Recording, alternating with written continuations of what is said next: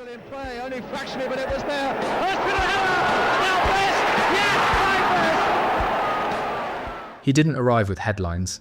Clyde Best arrived with fear. Not the fear of failing, the fear of being permanently erased. One letter, no return address. Just a warning. As soon as you come out, acid in the eyes. No player should read those words. No teenager should carry that threat. But the boy from Bermuda, just 18, stood at the edge of the Upton Park tunnel and walked out anyway. No protest, no tears. Just quiet. The police were told. Security tightened. The stands filled. And Best played. No one knew what he carried that day. But the crowd, they sang their chants. The terraces hissed, like they always did. And the boy from the islands did what he always did. He scored. That was his answer. To the monkey chants. To the bananas. To the hate. He scored. And for 8 years, in claret and blue, he kept scoring. They couldn't stop him. So they pretended he wasn't there. History let others take the applause. And in the dressing room, some stood beside him. Some stayed quiet. And some he never forgave. But the crowd never forgot the silhouette of strength. Stepping through that tunnel, the threat faded. But Clyde Best never did. Subscribe if you believe courage isn't loud, it walks through the fire and doesn't flinch. He used to protect him. Ron Greenwood wasn't just Clyde Best's manager. He was the first man in power who had ever stood between Clyde and the fire. When the hate mail came, when the chants turned to threats, when they said acid would be thrown if Clyde walked out again, Ron didn't blink. He backed his player, not just in the media, but in the tunnel, in the dressing room, in front of the mob. He made Clyde believe that maybe, just maybe, someone inside the system would finally stand up for him. But football forgets fast, and power always has a price. Years later, when the team was losing, when the press was circling, when Clyde and a few others were spotted out too close to kick off, there was no conversation, no questions, just fines, suspensions, headlines, and Clyde Best's name scratched off the team sheet. Ron didn't explain. He didn't say if he believed Clyde, didn't say if he was hurt, disappointed, or just cornered. He just acted, and in doing so, he cut the same man he once protected. Clyde never spoke back. He took the punishment, took the silence, took the message.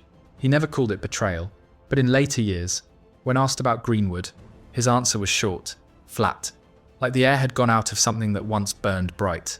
He was the boss, Clyde said. That's all. But the truth lived in what he didn't say, because when the storm came again, Ron didn't shield him. He fined him, and something between them died that day, quietly, like so many things in Clyde's career. He was the armband, the voice, the shield Clyde Best never asked for but sometimes needed.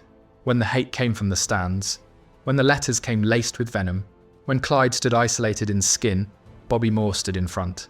He didn't say much, but he blocked the noise, kept the focus on football. That was his quiet protection. Clyde never forgot that. But then came Blackpool, a night out, a moment off script, a line crossed. Moore was fined, dropped, shamed. The assistant manager at Blackpool, Jimmy Meadows, didn't hold back.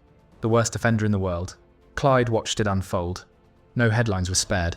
No status was sacred. 2 reputations walked into that scandal. Only one walked out intact. Moore never fired back. Never explained. He wore the blame and carried on. Best? He took notes. He saw how fast legends can fall, how fast a captain's halo can crack, and how quiet the world gets when the golden boy takes a hit. He was the natural, the genius, the man who could twist a game with a single touch. Jimmy Greaves. Golden boot after golden boot. England's darling, the comeback king.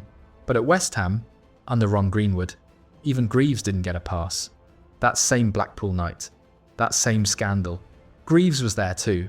And unlike Moore, there was no quiet forgiveness. No rescue from above. No protection from the press. Greenwood dropped him, fined him, let him fall. Clyde Best remembered the silence in the room, the legends shifting in their seats, the air thick with regret, but no one speaking.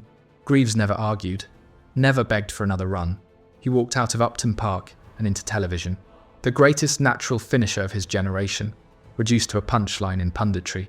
Never quite the same again. Clyde didn't fight him, didn't hate him, but he saw what happened when even white greatness wasn't safe. And he knew, if Greaves could be cut loose, what chance did a Bermudian kid have? Some men survive scandal, some men become it. Brian Deere, was part of that same Blackpool group. One night. One decision. Fined. Suspended. Forgotten. He wasn't Bobby Moore. He wasn't Jimmy Greaves. He didn't have caps, or press backing, or public forgiveness. He had goals. But they weren't enough. Clyde Best watched it happen. Watched a teammate get crossed off the list. Not for what he said, but for being in the room. Deer's career at West Ham never recovered.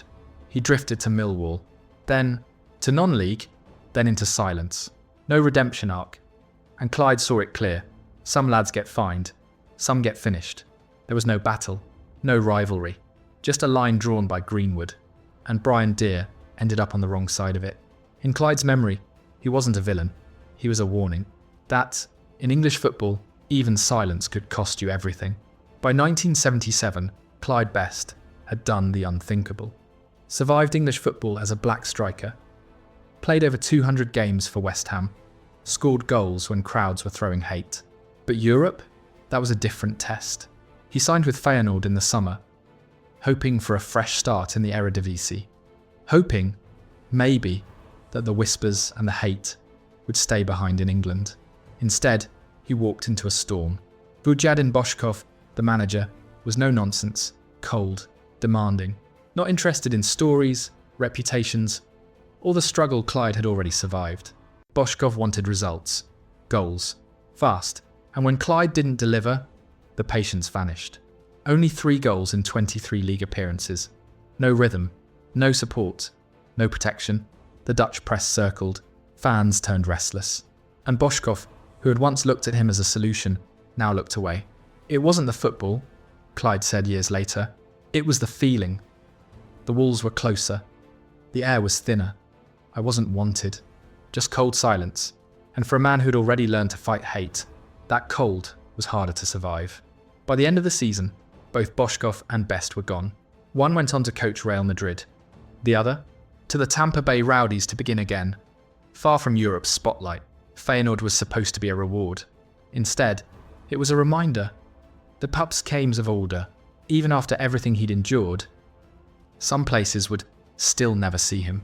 He never exposed the men in the dressing room, never called out the teammates who joked, or the ones who looked away, or the ones who quietly agreed. But it was there.